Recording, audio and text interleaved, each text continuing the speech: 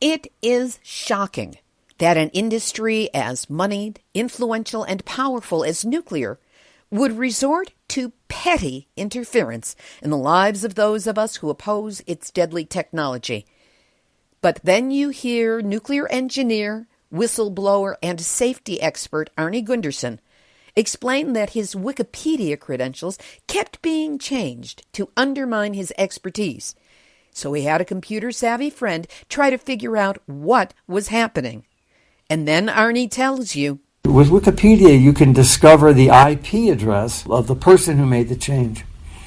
And he followed 8 of those changes. 7 of them went back to the Nuclear Regulatory Commission's office, the home office in Bethesda, Maryland. And another one went back to Exelon. So the Nuclear Regulatory Commission and Exelon were making the same changes constantly. Every time I would change it, they would change it back, constantly changing my online credentials. Well, when you hear about such outrageous, ridiculous actions emanating from inside the federal agency tasked with keeping us safe from nuclear dangers, you get another glimpse of the numbnutsery that contributes to that seat that we all share. Nuclear hot seat, what are those people thinking? Nuclear hot seat, what have those boys been drinking? Nuclear hot seat, the corium is sinking. Our time to act is shrinking, but our activists are linking.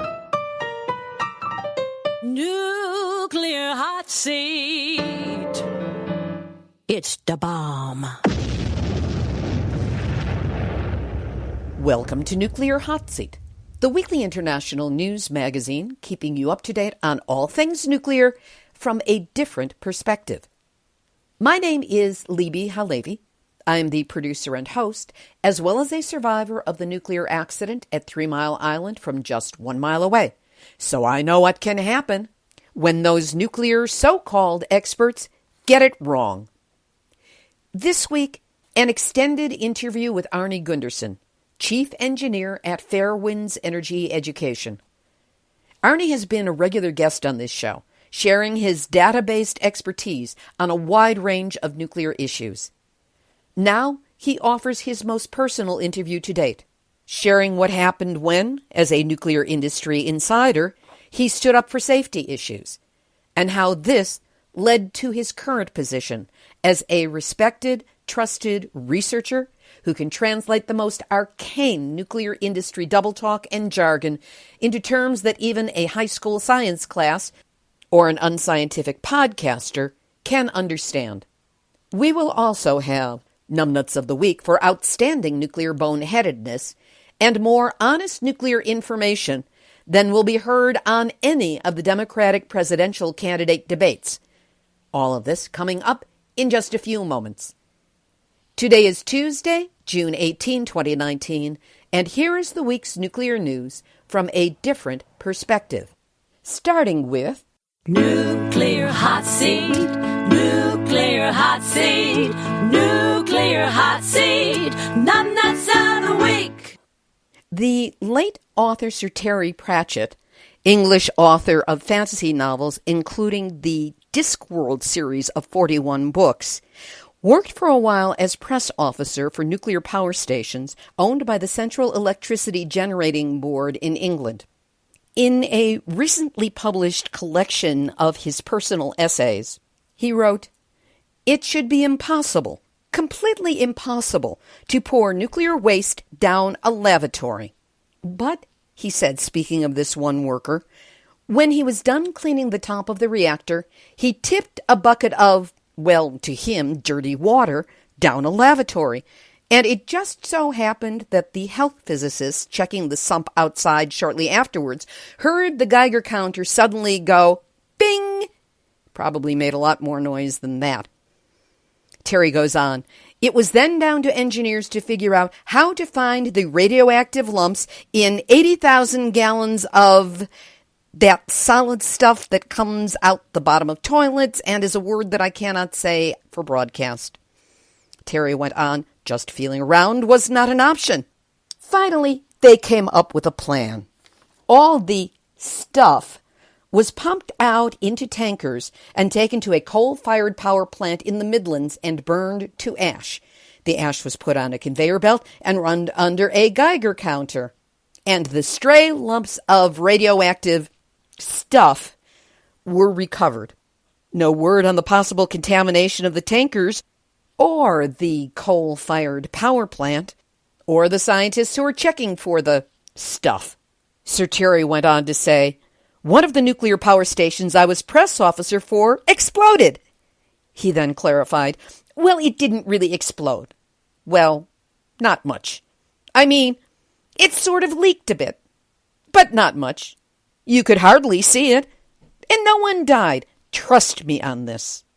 No word on which 4 reactors Pratchett actually worked for, or any explosive-type-ish accidents at a Midlands nuclear reactor in or around 1980 when he served.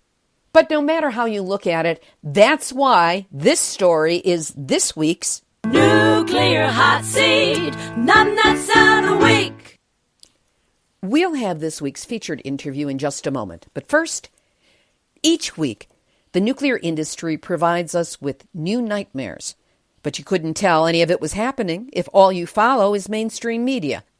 That's why Nuclear Hot Seat exists, to give caring, compassionate, and concerned people like you a regular weekly dose of nuclear news you can count on to be honest, vetted, and footnoted. Nuclear Hot Seat is the longest-running program anywhere that focuses exclusively on nuclear issues.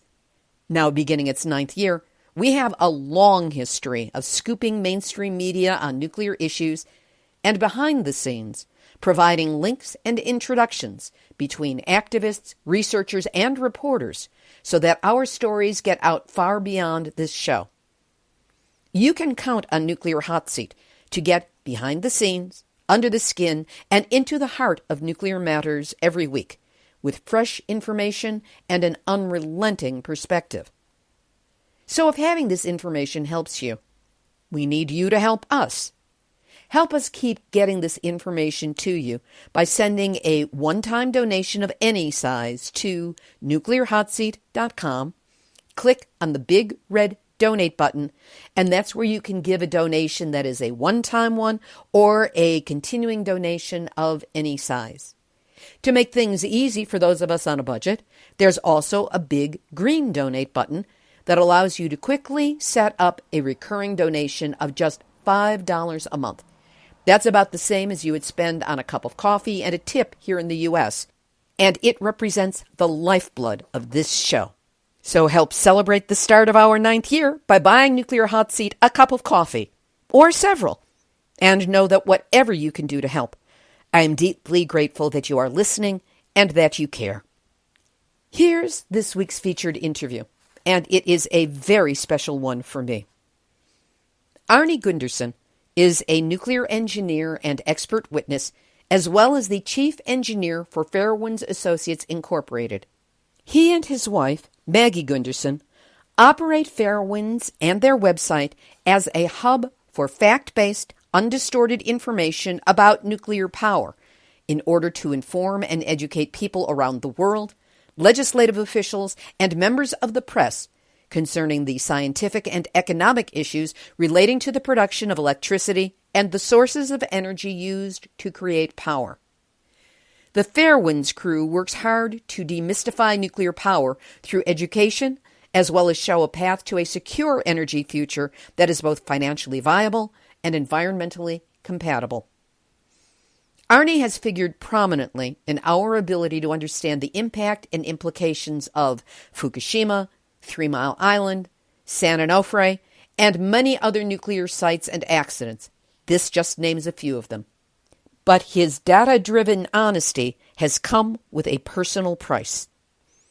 I had the rare opportunity of interviewing Arnie face-to-face during this year's 3 Mile Island 40th anniversary commemorations, where he opened up and shared not only shocking revelations about the actions of the NRC and the nuclear industry against him, but private details about the impact of those actions on his and Maggie's lives.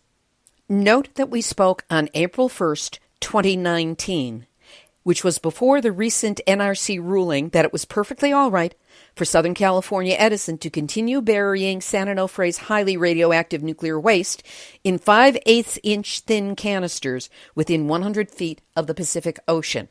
In this interview several months beforehand, Arnie calls it. Arnie Gundersen, always a pleasure to speak with you for Nuclear Hot Seat. Thanks, Libby. I love being here. You've been doing some deep examination of the culture of the Nuclear Regulatory Commission, and I believe the word that you used in connection with it is hubris. Tell us what you mean. You know, I've been looking at my career over 47 years now, and how I got into it, how I was accepted into the priesthood, the orthodoxy that comes with being in the priesthood. Meaning the nuclear priesthood, the guys on the inside. Yes. And then the whistleblowing, which is basically like being defrocked from the priesthood. And all of the assumptions that when you're on the inside you take for granted, and when you're on the outside you realize, oh my God, this place is fundamentally corrupt. Tell us about the whistleblowing incident and what it led to. Well, in 1990, I was a senior vice president for a company that was licensed by the Nuclear Regulatory Commission to dismantle nuclear power reactors. And I was on the Radiation Safety Committee. And I found a whole series of violations at the company. We violated our license repeatedly. And I told the president of the company about the violations. And I really didn't think it was terrible. We found them. We identified the problems. But he was getting sole source work from the Nuclear Regulatory Commission. What does that mean? They were funneling work to us, and if we had a stain on our license, they wouldn't funnel work to us anymore. Millions of dollars a year. And this is a whole tech-like company that was working on dismantling reactors? Yes, it was called Nuclear Energy Services. Back in the 80s, I was a chapter author of one of the first decommissioning handbook. So it was something the company did well before anybody was in that business. So I found the violations, told the president of the company, and he fired me. And what was the time frame between telling him and being fired? 2 weeks. And I had run the most profitable division in the company for 10 years. And, of course, they claimed it was a reduction in force. And everybody else who got thrown out with me had lost money, and then I had made $20 million. So it didn't make a lot of sense. So I went to the Nuclear Regulatory Commission, and I figured that there's whistleblower protection, and that I would be exonerated. Well, it was like calling for the cavalry when your fort is under attack, and the cavalry came over the hill and they started shooting at me too.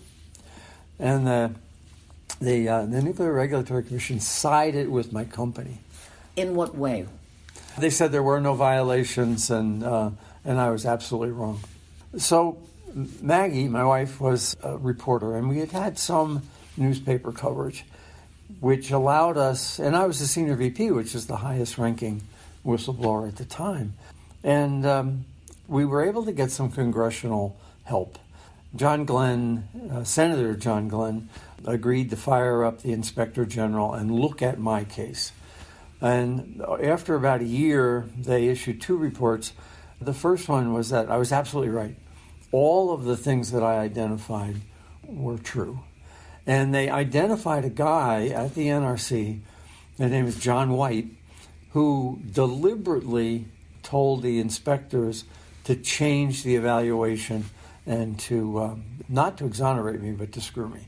So this guy, John White, who was an executive in Region 1 out of King of Prussia in Pennsylvania, told the inspectors to alter the report to make me look foolish. So this is a guy at the NRC telling the people in the company to basically lie. Telling the people at the NRC to lie as they wrote the report. The people that wrote the report had a boss. That boss was John White. And John White told him to alter the report to make me look foolish. So that was in 1993 that I was exonerated by the NRC's own Inspector General. And the second report they wrote confirmed the other allegation that the company was bribing NRC inspectors to get sole source work. So basically I was fundamentally exonerated. But besides being exonerated, was there anything else that came to you as a result, or it was the Pyrrhic victory of, well, at least I'm not a bad guy in the records? Well, it was a Pyrrhic victory because I was sued for $1.5 million by the company because I wrote to the Senate. Now, the reason I wrote to the Senate is because the Nuclear Regulatory Commission botched the inspection. So then I wrote to the Senate, and they sued me. Now, the attorney I had, a great guy named Arnie Hadley, wrote to the NRC, and we had the testimony of the president of the company. And he acknowledged he was suing me because I wrote to Congress. And he said that was libel and slander. That's a protected activity. If you have a safety concern and you write to Congress about it, you're protected. So we gave the NRC on a silver platter all the evidence they need to say that Gundersen was being screwed for this protected activity, and the NRC refused to take action. In a letter back, they said, "Nah, this is a civil case. It has nothing to do with us. If Mr. Gundersen wins the civil case, maybe we'll pursue it, but it's just a civil matter, and it's totally irrelevant that he wrote to Congress." That was the sole basis for my being sued for $1.5 million. So we were Maggie and I were driven into bankruptcy. We lost the house in foreclosure. To tell you how bad it was, we wanted to just get out of the nuclear industry and buy a video store. And we were going to open a video store. And we went to the bank, and you have to list your liabilities. And I had to say I was sued for $1.5 million. I'm in the middle of $1.5 million lawsuit. And I couldn't buy a video store because I was being sued for $1.5 million.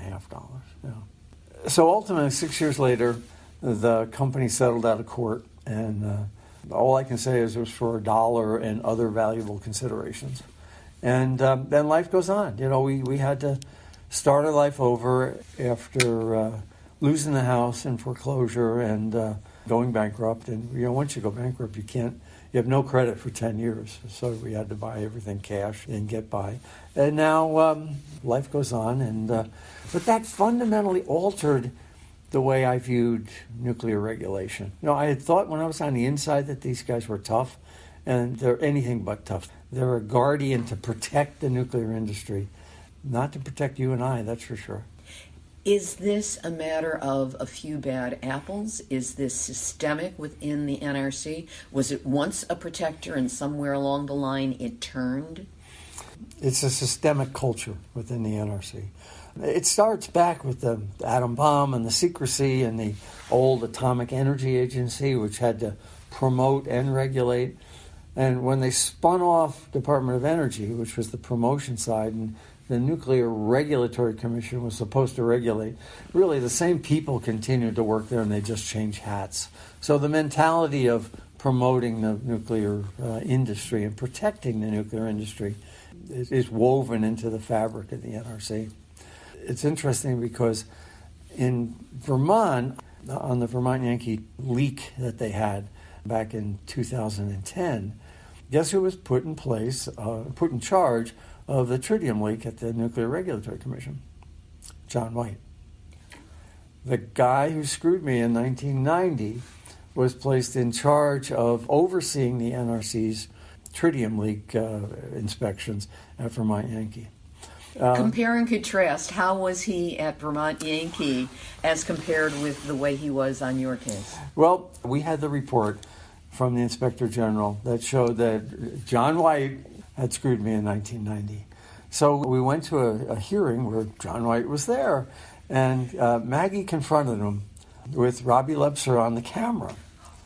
And we photographed the exchange, It doesn't make Robbie Lebser's film, but it's fascinating anyway. So Maggie confronts John White with this report, and John White said, "If I had it to do over again, I'd do the same thing." Was this personal animosity or just business as usual for him? I think he was fundamentally rattled by being confronted by Maggie and realizing the damage he did, because 2 weeks later, he resigned from the NRC, and with no warning. So I understand he was rattled after being on film and talking to us. But it's just another indication, though, that This guy's career blossoms. He makes, $100,000 a year for 20 years. That's $2 million in salary. Meanwhile, Maggie and I are driven into bankruptcy, and his attitude is, I do the same thing today. So they don't learn. And that's, since 2010, there's been a couple of other cases that's occurred in. One is one of your favorites, San Onofre. I was hired by Friends of the Earth to look at San Onofre, and I'd like to think that the work we did led to exposing the flaws in that steam generator design. And we had a DDoS attack, a distributed denial of service attack on our website during that time. And the other expert that Friends of the Earth hired, John Large, his site was also attacked. So, you can't say who did it. It's one of these random attacks on the web. But the thing we had in common is both of us were working on San Onofre. Well, it turns out that at the same time, I was being attacked on the internet. And Maggie discovered that words on the Wikipedia page about me were being changed from expert witness to for hire, nuclear activist, and lots of other changes were being made to my Wikipedia webpage. I didn't write the Wikipedia webpage to begin with, but it was accurate, and I had no problems with it. So Maggie contacted a friend of ours who looked at it. And with Wikipedia, you can discover the IP address of the person who made the change. And he followed 8 of those changes. 7 of them went back to the Nuclear Regulatory Commission's office, the home office in Bethesda, Maryland. And another one went back to Exelon. So the Nuclear Regulatory Commission and Exelon were making the same changes constantly. Every time I would change it, they would change it back, constantly changing my online credentials. How did this impact your ability to do your work, or did it? It did. We discovered it because I was heading off to the UK to speak in Parliament, and the Telegraph, a big paper, contacted us and said they weren't going to be covering it because I was nothing but a troublemaker. And Maggie said, how did you come to that? She said, well, your Wikipedia page. So we took the information that this person had compiled about the changes in our Wikipedia page and gave it to Senator Leahy, who was our Vermont senator and the ranking Democrat. He gave it to the Inspector General. He said, what the hell's going on here? The Inspector General finished the report, never told Leahy or I it was done. And about a year later, I said, this report's got to be done. So I asked Leahy to look into it. And son of a gun, the report was complete, and they wouldn't give it to me. So I had to file a Freedom of Information Act to get a report about me that I had requested. And so we have the copy of the report now. And my name is not redacted, but the individuals at the NRC are. But the Inspector General found that a very senior person at the NRC had, on 7 occasions, gone in on company time, being paid for by U.S. taxpayers in an NRC office on an NRC computer, and gone in and changed my webpage. They interviewed the guy, and he not only did he admit to doing it, but he admits to training other people at the NRC how to do it. Specifically for you or for anyone? For anyone. He said, here's how you change Wikipedia pages. Watch, let's change Arnie Gundersen's. So there were other senior people at the NRC who knew that this guy was attacking me on the internet. Since then, we know who that person is, but I'm not going to mention his name on the air. Well, may he rot in hell. But then the Inspector General took this admission to the OGC, which is the Office of General Counsel, the NRC's top dog lawyers. And the top dog lawyer at the NRC told the Inspector General, it's perfectly all right for an NRC person to attack Arnie Gundersen on the internet during company time, being paid for by taxpayers using NRC computers. They have a First Amendment right to do it. That seems so wrong on so many levels. It absolutely is. That means then that it is all right for anyone in government to attack anyone they don't like or contradicts them by any means semi-legal or at least digitally available, and take them down at will. You're absolutely right.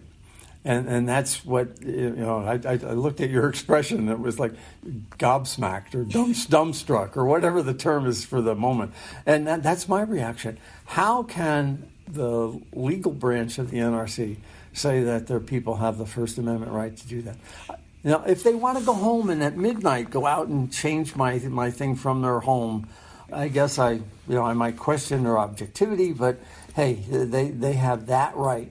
But to sit at their desk while being paid for by you and I, and using government computers and teaching other people in the government how to do it, to alter people's web profiles adversely, which adversely affected people's opinion of me. How can they do that? And I have no recourse. There's no attorney who is above the NRC attorneys. There's no way to question this, I don't even know what to call it, travesty? Yeah, it's not a cover-up. It's been exposed. But as far as I know, the person's still there. The person wasn't even reprimanded for doing it. Short of a congressional hearing, to embarrass the NRC with this lawyer's opinion, First Amendment right, I really don't know what alternatives there are. And of course, the Congress is such that, especially the Senate, John Glenn was a progressive Dem, and there was a lot of oversight of the NRC at the time. But the Senate has flipped, and the opposite pressures are on the NRC. NRC oversight of the industry is much more lax now because the Senate is less demanding. So I really don't think I'll get a fair hearing out of the Senate, even though Senator Leahy is the senior most ranking Democrat, but he's in a minority. So oversight of the NRC, public oversight of the NRC, is just not going to happen. I always like the word oversight because it means two things. It means overseeing or overlooking. So the oversight of the NRC, I think, is a phrase that we will find very useful. Let's take a look at some of the issues that are up right now. When I left California, San Onofre was going through the final stages of the NRC responding over the Holtec near miss of an accident, the gouging of the 5/8 inch thick canisters, and the fact that they're burying the waste within 100 feet of the Pacific Ocean, which of course is rising. Any comments? I got to go back a couple of years before that. When I was working for Friends of the Earth, and San Onofre was shut down, but still, they were still planning on firing it back up. I compiled a whole list of lies that the people at San Onofre had made to the NRC. That Southern California Edison? Southern California Edison had made to the NRC. And they're actually called materially false statements. And a materially false statement is a statement that's wrong that causes a regulator to come to the wrong conclusion. So Friends of the Earth compiled my report in something called the 2.206 petition, which is the only way citizens can address the NRC and seek regress. So this 2.206 petition was submitted. I made a formal presentation to the Petition Review Board, and the NRC has 6 months to act on a 2.206 petition by their own clock. Well, 6 months came and went. They didn't do anything. And we clearly identified that the people at the lawyers and Southern California Edison had not told the NRC the truth repeatedly. So anyway, 6 months comes and goes, and they don't do anything. A year comes and goes, and they don't do anything. A year and a half comes and goes, they don't do anything. 2 years comes and goes, and they don't do anything. And finally, they write back to Friends of the Earth, because they were the petitioner, and they say, well, the plant is shut down, so your issue is moot. So the same people now are at San Onofre with the gouged casks that were at San Onofre when the steam generators failed. And the same regulator is overseeing them. So I don't think the NRC is going to lift a finger this time because they didn't lift a finger last time. The decision may have already been made by the time this interview gets aired. But as we sit here now, in this past week, we were supposed to get a response from the NRC regarding whether they were going to continue to allow the loading of the dry casks at San Onofre, which has been shut down since the near miss last summer. What is your opinion of what the situation is there? I am absolutely sure the NRC will let it continue because that's what the NRC does. They're not a guard dog, they're a lapdog. And I've discovered that repeatedly in my career. You know, when citizens groups come to me and they ask for help, I tell them you're going to lose. It doesn't matter if you're right or wrong, you're going to lose. This agency is fundamentally corrupt and will find a way not to take action, which they did on this thing with Friends of the Earth. Friends of the Earth said after the final decision that, well, we're not going to move forward because the plant is closed and your decision's moot. They could have gone to court, but who's got that kind of money? So we just decided that nobody's going to be punished. In the Nuclear Regulatory Commission, it's the little guys who get punished. It's the whistleblowers that are, no one in senior management at any utility or plant owner has ever been punished by the Nuclear Regulatory Commission for screwing a whistleblower or for screwing the public or not telling the truth to the public. It's always the low-lying underlings in the culture that get punished. So I can't believe, I love the people on San Onofre, the people in the community surrounding San Onofre, I should say. But they're going to lose because the agency that's overseeing the flawed canisters is not willing to admit that the canisters are flawed. I'm sorry, it's just obvious to me that no matter how good your technical argument is, you're going to lose with the Nuclear Regulatory Commission. Is there any kind of meta fight back we can do if we can't win at Santa Onofre, if we can't win with Gundersen? Is there any kind of larger campaign that the movement and concerned individuals, especially in these communities around reactors, might be able to take that would give us some recourse or some way of changing the direction of the agency? The closest I experienced to that was in the early 90s when I was a whistleblower. And both houses of Congress were controlled by the Democrats. There was really good oversight of the NRC at that time. Joe Lieberman ran the NRC Oversight Committee, and while he's blamed by progressives in the 2000s for being incredibly conservative, in the early 1990s, he was a liberal Dem and a great overseer of the NRC. He held their feet to the fire. But then in 94 came the Gingrich Revolution, and the House and Senate swung and really have not gotten back to effective nuclear oversight. I think Ed Markey does a phenomenal job, and Bernie Sanders does a phenomenal job of holding their feet to the fire. But they're both in the minority. I mean, they can embarrass them in public, but to expect the agency to change is going to take control of both houses of Congress, and that hasn't happened in a long time. You know, there's a lot of lobbying money being spent, even on the Democratic sides. What do you mean by that? Well, when I lived in Vermont, Bernie Sanders lived on the same street, and it was it's a really middle class street. It's not highfalutin at all, as you'd expect with Bernie.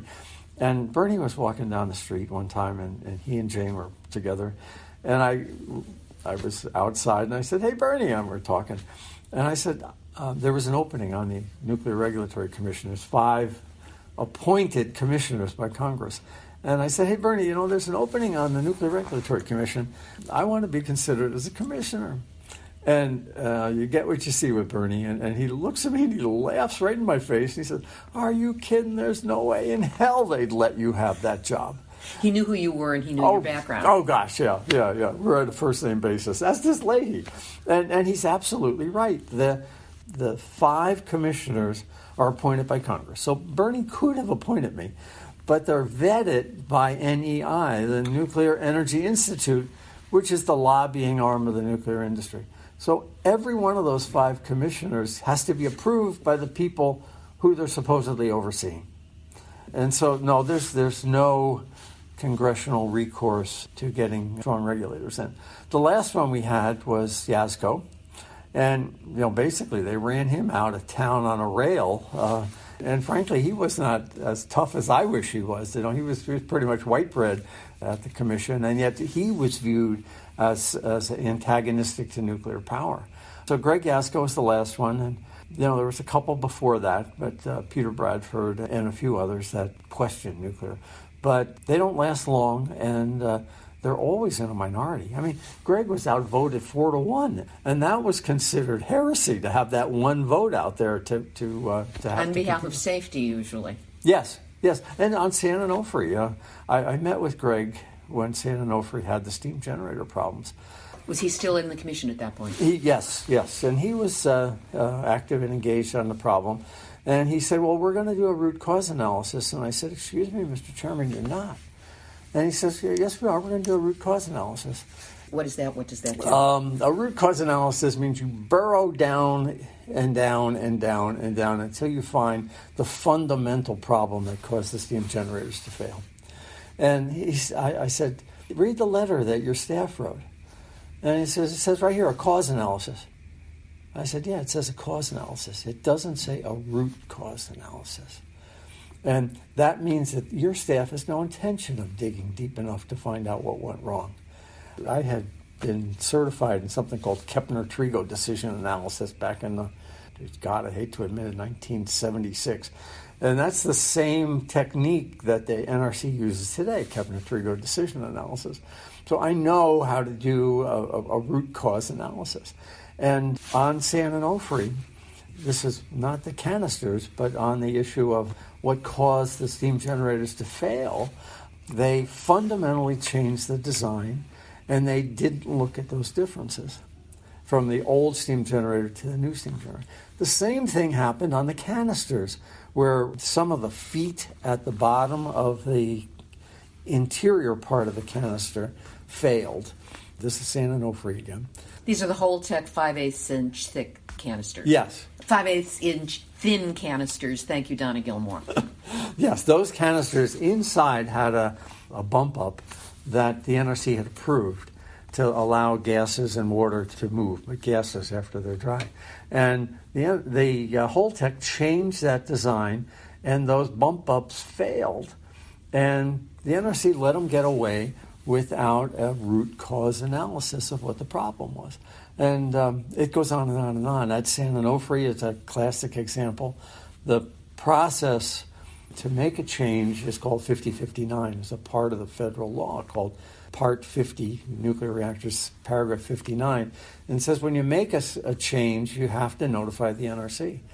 Well, they made changes on the steam generator, and they didn't notify the NRC. And they made changes on the Holtec canisters, and they didn't notify the NRC. The attitude in the industry is it's easier to get forgiveness than it is to get approval. And if they asked, it would have taken a year or two for the NRC to figure it out. But if they don't ask and things fail after it's been done, the NRC will say, okay, you're good boys. And, like I encountered, that nobody's going to be punished for avoiding the safety analysis that should have been done. So in essence, there really is no protection for American citizens, and of course, nuclear, something goes wrong, it's worldwide, it's around the globe. But in essence, there is no protection when it comes to nuclear reactors in the United States. What protections there were in the 70s have been weakened and weakened and weakened over the years. And, for instance, on the new reactor designs, the staff is only allowed to ask one round of questions. The staff of the NRC? Yes, the NRC staff, when they have a question about the new reactor designs, asks the question, and if the licensee gives some sort of off-the-wall response, then they're not allowed to say, no, that's not what we asked, and ask the question a second time. So, no, where did that one come from? Oh, but that's industry pressure to speed up the licensing process. You'll hear them talk about, well, it takes too long for the NRC to license a power plant. They need to trust us more. It's the same thing that happened with Boeing. And the speeding up of the approval process keeps costs down and profits up, and keep the regulator out of your pants is sort of the attitude that industry has in general. But, in Boeing, planes fall out of the sky, and nuclear power plants, you get meltdowns. We are so screwed up. I want to apologize to all future generations, both living and any that might survive this particular era, for what it is that we have done to this planet. I don't feel defeated, and they need people like you and me to continue to embarrass them publicly. Dave Lochbaum has said, we don't need new regulations to shut down nuclear power. We just need the NRC to enforce the old regulations. And that's exactly the problem, is that we've got all the stringent regulations on the books, but when the cop doesn't enforce them, the public's not protected. Other than what you and I are doing, and so many listeners to Nuclear Hot Seat who are involved, what tactics or strategies might we take from your perspective that might be effective, at least in raising the profile of the problems? Well, I think the people out in Southern California have the activism and the visibility in the press to keep the feet to the fire. I think the people in Vermont had the same thing. There's that movie Power Struggle, which outlines how people power ultimately succeeded in shining the light on corporate power. But it takes an energized base of people with adequate technical expertise. I think that my role in both of those was not sufficient, but certainly necessary to helping those causes. Activists can't do it alone, and they need a technical case. But if the technical case is the only thing out there, the NRC will run you over. Even on the internet, they'll run you over. So I think it requires both a strong activist space, like the people in California are doing now, and the people in Vermont did earlier. But that's not enough. And a strong technical case is certainly not enough, because the NRC has so many ways of just ignoring a strong technical case. I think the third arm of that would be the need to have media coverage. And of course, these days, reporters reporting, news coverage is being progressively weakened, and I think that's no accident. Because if we don't know, we can't respond. And that's when the PR hacks take over, which the nuclear industry is so good at. I'm just surprised that the attack on you came from within the NRC, as opposed to just being fobbed off on one of their PR agencies. There's a great example of effective newspaper coverage is the Tampa Bay Times. Ivan Penn, who was at Tampa Bay Times then, but is now with the New York Times, wrote a series of reports on the 4 new reactors that were going to be built at Levy County and at Turkey Point, and showed that they made no cost sense. And he showed that the corruption within the Florida Public Service Commission and within the Florida legislature. And those plans were canceled because the Tampa Bay Times had the courage to go forward. But the Tampa Bay Times is independently owned. And those independent channels of journalism are gradually getting bought up.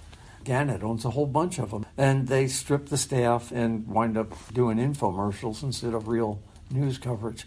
So you're absolutely right. An effective press is critical, and we're getting less and less of that over time. A personal question for you.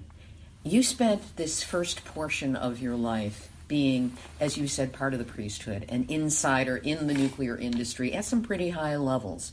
And then everything turned around, and now you have seen the light, the larger truth about the industry.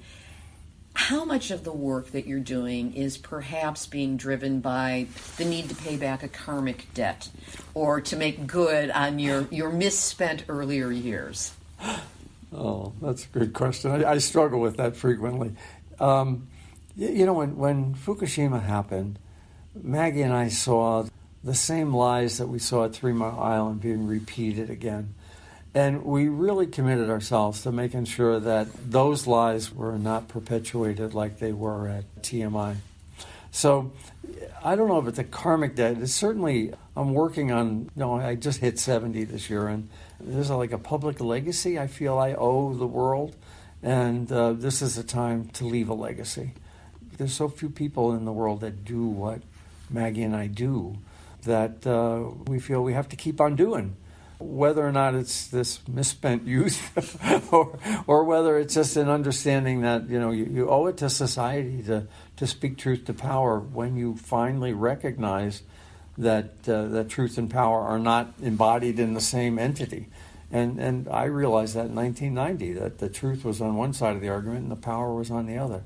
So, since then, I've been speaking truth to power, and now I'm interested in leaving a legacy, telling a story at 3 Mile Island that will be used by historians in the future, and to not allow that same myth to be perpetuated at Fukushima. Where's your book? Well, we have one book in Japanese, which was really well received, but it's in Japanese. Maggie is working on a book, and eventually we'll get there. But it takes time, and frankly, there's a lot of, like the Woolsey Fire we're working on, and work in Fukushima we're working on.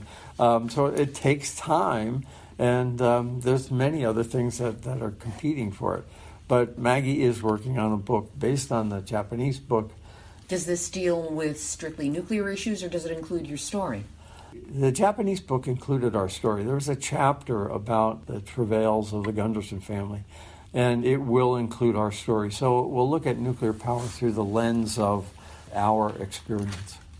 Fairwinds has been very involved with the aftermath of the Woolsey Fire in the greater Los Angeles area, which started out within 1,000 yards of the building that had a nuclear meltdown back in 1957, 1959. There were 4 of them over 10 years, so you can't go wrong.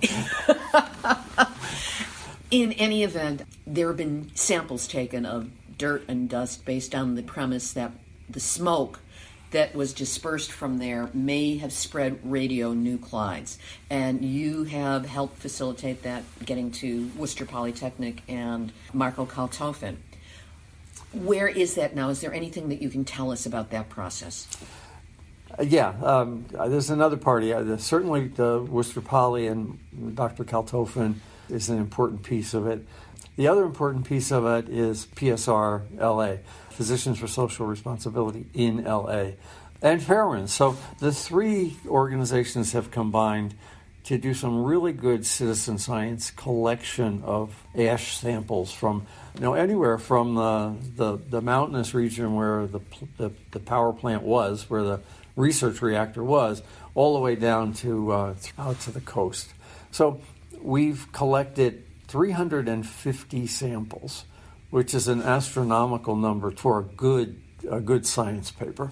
So we have grad students at Worcester Poly now looking at those samples. But it's a 3-step process, and we're at the phase now where it's getting expensive, and frankly, we don't have the money. So if there's any viewer out there who wants to donate to Fairwinds, we desperately need it because we have data. We're at the point now where we've done the first phase of 100 of the samples. And what does that consist of? It's relatively simple. Looking in an environment that has very little background, we'll put a sample in, and we'll watch the radiation coming off of that with not a terribly sophisticated radiation detector, but one that much more sophisticated than the Geiger counter I carry around. So now I carry a $1,000 Geiger counter around. This is more expensive than that, but it's just telling us, wow, this sample needs more analysis. And we've got a bunch of samples now from that first 100. We have 250 to go that need further analysis. We took slides, little lab slides with sticky surfaces on it. And to give you an idea of the cost, if we want to analyze one of those slides beyond where we got it now, it's $750 for the scanning electron microscope. And we've got a bunch of slides. I really don't want to go into the exact number. And we have 250 more samples to go through that initial filter. So we're at the phase now where it's becoming expensive. And I think there's some good science to be done here. volunteers were wonderful. The work we did at Fairwinds is wonderful, and the work that Worcester Poly and Dr. Kaltofen are doing are wonderful.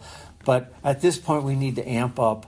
We need to turn on the high-powered equipment that's $300, $400, $500 an hour to run.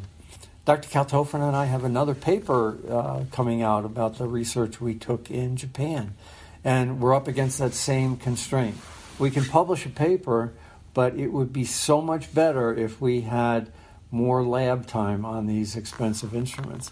So we're being throttled for funds right now, and we just love it if somebody stepped up and could help.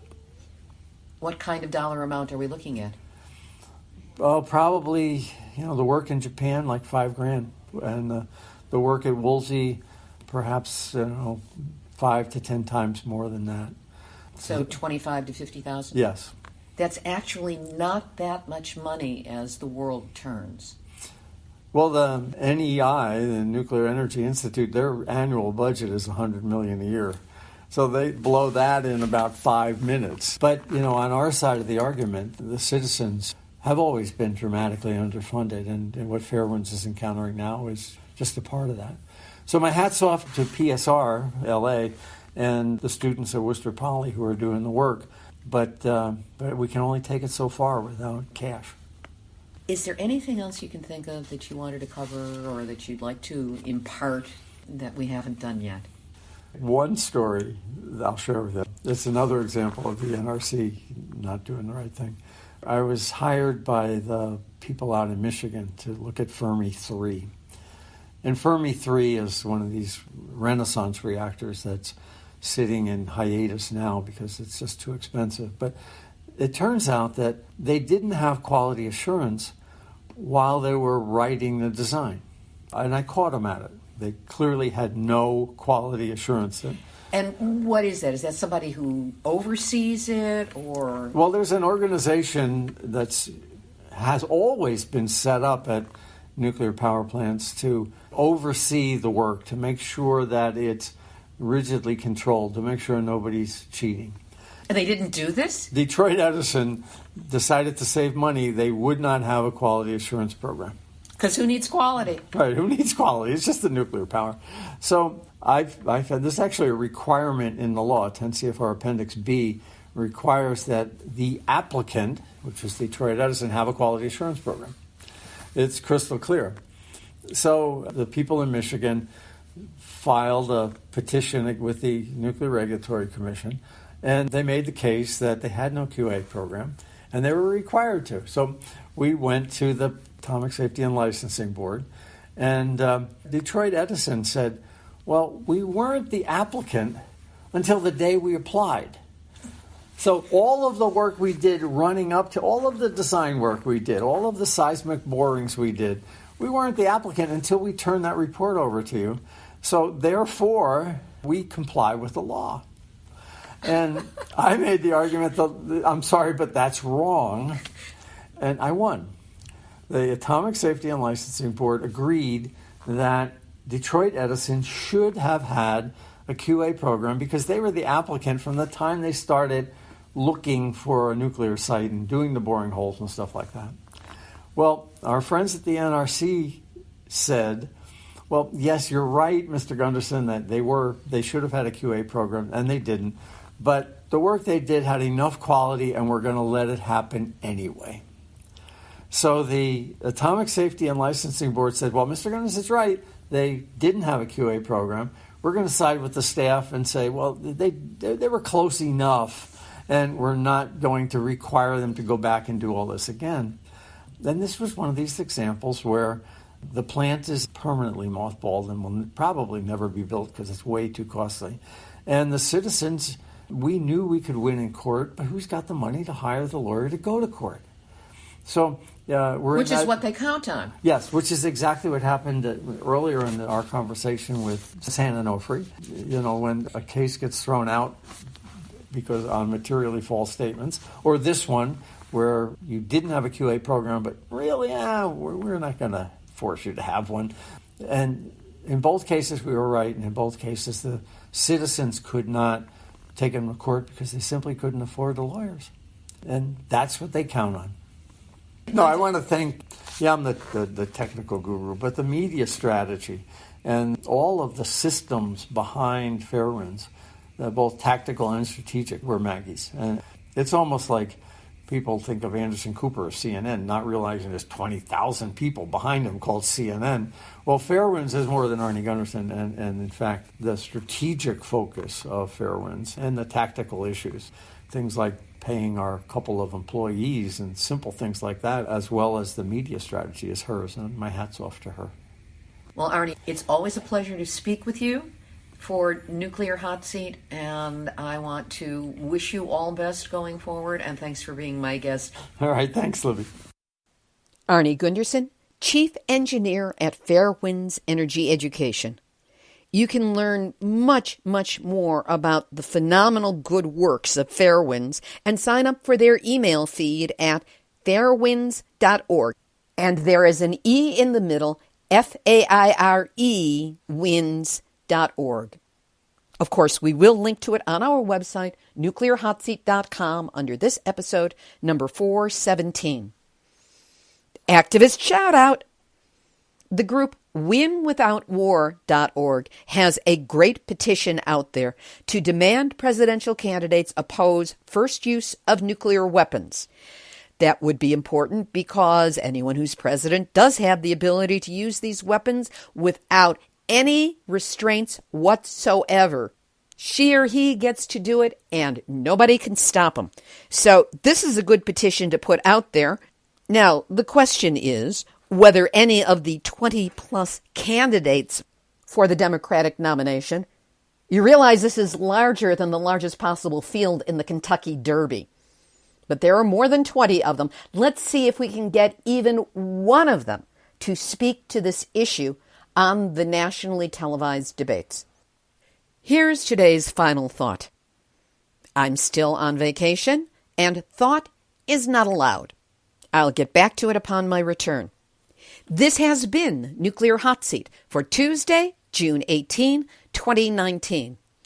Thanks to all of you for listening, and a big shout out to Nuclear Hot Seat listeners and followers around the world.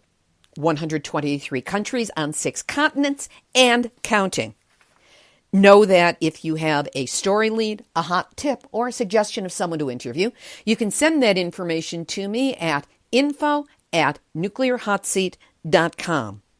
If you don't want to miss a single episode of Nuclear Hot Seat, you can go to our website, look for the big yellow opt-in box, put in your first name and your email address, and you will get a copy of the show delivered to your inbox every week as soon as it becomes available. And if you appreciate weekly, verifiable news updates about nuclear issues around the world, take a moment to send a donation of any size to nuclearhotseat.com. We really appreciate your support.